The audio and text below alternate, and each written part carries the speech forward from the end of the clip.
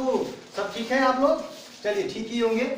आइए देखते हैं। देखिए इसके पहले वाली वीडियो में मैंने आपको बताया था कि कुछ और इसको तरीका से मैं आपको पुनरावृत्ति के बारे में मैंने प्रश्न कल पढ़ाया था। इसके पहले वाली वीडियो में आवर्त के बारे में जो मैंने आपको पढ़ाया था उसी का कुछ एक छोटा सा हिस्सा फिर आज आपको इस वीडियो में मैं देने जा रहा हूं। तो आप 9th और 10th के अगर स्टूडेंट हैं तो आप मैट्रिक में या आप 9th में क्वेश्चन आपसे कर रहा है तो ज्यादातर आप इसी तरीके से अपने सवाल को सोल्व करेंगे, ज्यादा अच्छा होगा। और यदि आप आगे बढ़ रहे हैं मैट्रिक के बाद किसी कंपटीशन के लिए तो आप पहले वाली वीडियो के ट्रिक्स को इस्तेमाल करेंगे। आइए बाबू देखते हैं कि आज हम लोग क्या पढ़ते हैं और क्या पढ़ने वाले हैं। आपका क्वेश्चन है 2.3 है, इसके ऊपर क्या हमने लगा रखा है? आवर्त लगा रखा है, बार लगा रखा है। को परिमेय संख्या के रूप में दर्शाएं। क्वेश्चन इस तरह से भी आपसे एग्जाम में पूछा जाता है, या आपसे पूछा जाएगा कि इसको परिमेय संख्या के रूप में निरूपित करें, ये भी आपसे पूछ सकता है। इसके बाद आपसे कहा जा सकता है इतना को परिमेय संख्या के रूप में व्यक्त करें। तो इन तीनों में से कोई भी आपसे पूछे तो आप बिल्कुल समझ जाइएगा कि हमें तो एक ही काम करना है। रास्ते अलग अलग हैं लेकिन मंजिल तो एक ही है और हमको एक ही तरीके से बनाना है। देखिएगा ध्यान से, तरीका तो अलग अलग है परंतु हमको इस तरह से इसको PYQ के रूप में चेंज करना है। बाबू ध्यान से देखेंगे, इसको बनाने के लिए हमने क्या किया है कि माना कि x = 2.3 पर मैंने क्या दे दिया? रेखड़ी दे दिया। इसको हमने एक घर दे दिया कि x बराबर इतना हो गया, ठीक है। नीचे आएंगे x = 2 जैसे ही रेखड़ी हटेगा, तो आपको बताई थी पहले वाली वीडियो में कि जैसे ही इसका लाठी हटता है ये पागल की तरह लगता है भागने, और ऐसे भागता है लगता है पकड़ाएगा ही नहीं। और देखिए यहाँ पे वही हुआ है, यहाँ से रेखड़ी मैंने हटाया और ये 3 3 3 3 3 करते करते पता नहीं कहां से आएगा, इसीलिए मैंने डैश डैश दे रखा है। इससे ये इंडिकेशन आपको मिलता है कि आगे भी इस संख्या को आप लिख सकते हो। इसको मैंने इक्वेशन नंबर 1 कर दिया, मान लिया। अब यहाँ देखते हैं, इसके बाद मैंने लिखा है कि अब दोनों तरफ एक बात आपको हम बता दें बेटा कि गणित के अंदर अगर आप दोनों तरफ कोई भी कार्य करते हो तो वो गलत नहीं माना जाता। हाँ, अगर कोई एक तरफ कार्य करते हो तो उसको गलत मान सकते हैं क्योंकि जबरदस्ती वो हो जाएगा और आप जबरदस्ती नहीं कर सकते गणित के अंदर। लेकिन दोनों तरफ आप एक ही कार्य को करते हो, एक ही काम, तो वो गलत नहीं होता। जैसे कि मैंने लिखा कि दोनों तरफ 10 से गुना करने पर, अब आप सुनिए कि सर 10 से गुना क्यों करेंगे? देखिए दशमलव के बाद कितनी संख्या पर रेखड़ी है? 1 पर रेखड़ी है, एक ही अंक पर रेखड़ी है। तो अगर 1 अंक पर रेखड़ी है तो आप 10 से गुना करोगे। अगर 2 अंक पर रेखड़ी होगा तो आप 100 से गुना करेंगे दोनों तरफ। अगर 3 पर रेखड़ी है, 3 अंक पर रेखड़ी है तो आप 1000 से गुना करेंगे दोनों तरफ। चलिए, तो 10 से गुना हमने x में किया, क्या मिलेगा? tan x मिलेगा। फिर 10 से गुना आप इसमें करोगे तो क्या होगा?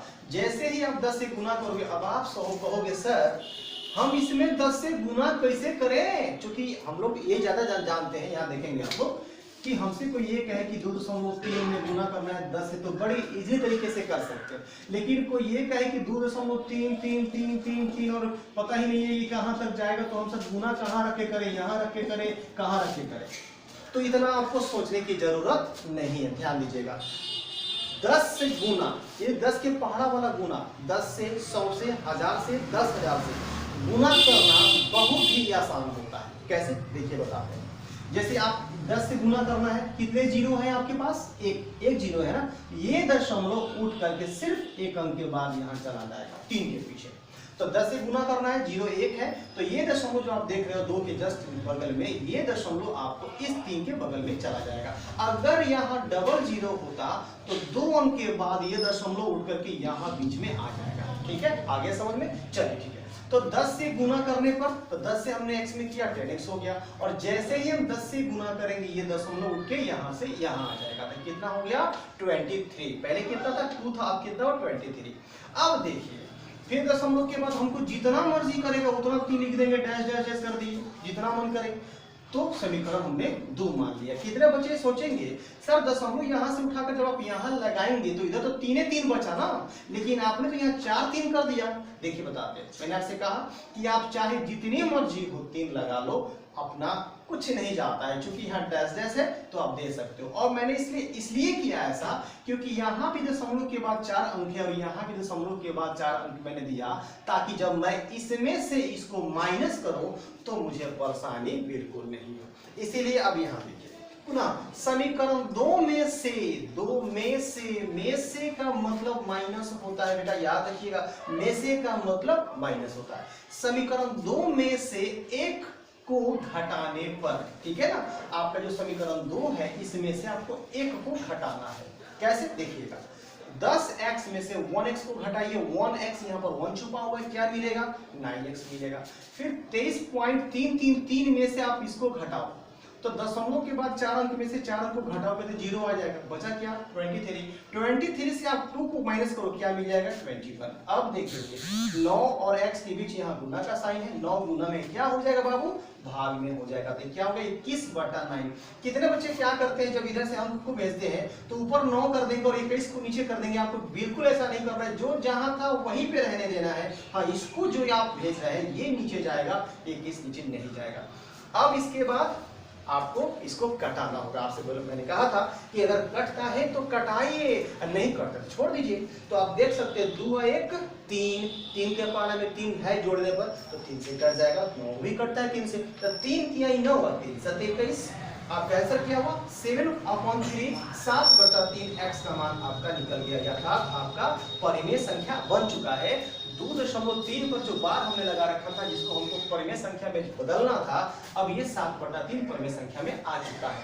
अगर आपको विश्वास नहीं हो रहा हो कि गलत है या सही, तो एक काम कीजिएगा बाबू, 7 को घेर कर आप 3 से दन दनादन भाग लगाइएगा, और जैसे ही भाग लगाइएगा ना तो ये 2 के बाद में 3 पागल की तरह आने शुरू हो जाएंगे, यानी आपको पहले की तरह सवाल मिल जाएगा।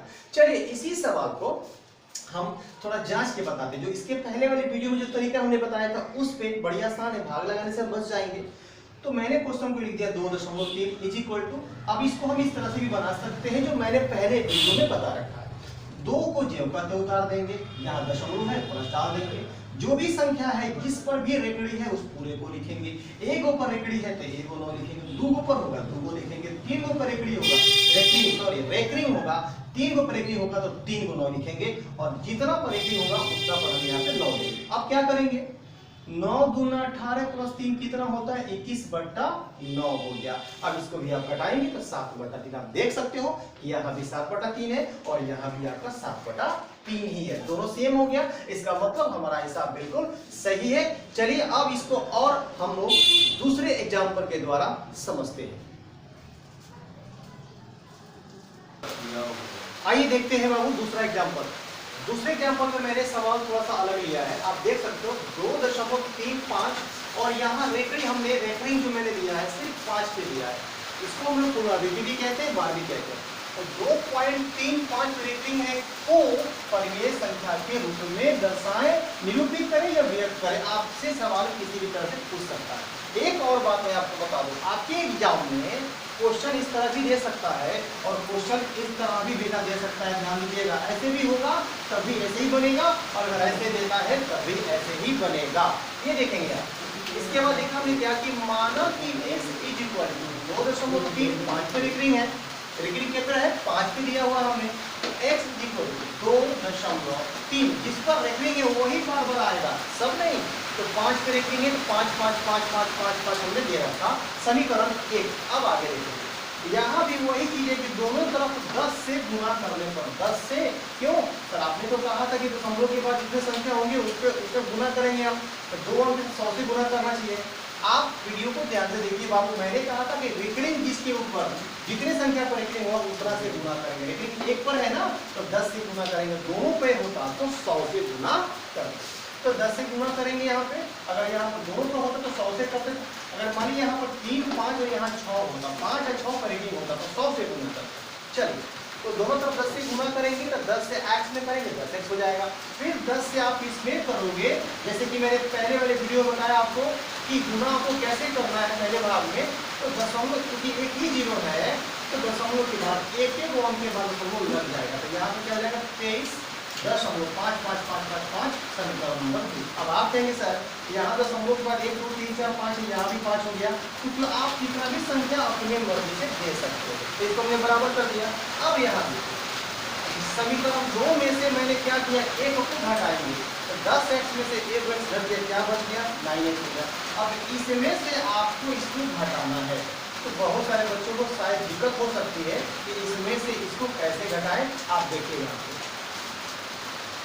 23.55555 जितना मर्जी आप लिख सकते हो, और ऊपर वाला लिखेंगे दशमलव जो यहाँ पर देख रहे हो दशमलव दशमलव के सामने लिखेंगे, और 2 को आप यहाँ रखेंगे 3 के लगे, ठीक है। और बाकी लिखेंगे आप 3 5 5 ऐसे करके ये खत्म हो जाएगा 0 0 0। ये क्या बचेगा बाबू 2 दशमलव, 3 में 2 गया 1, क्या हो गया 2, 21.2।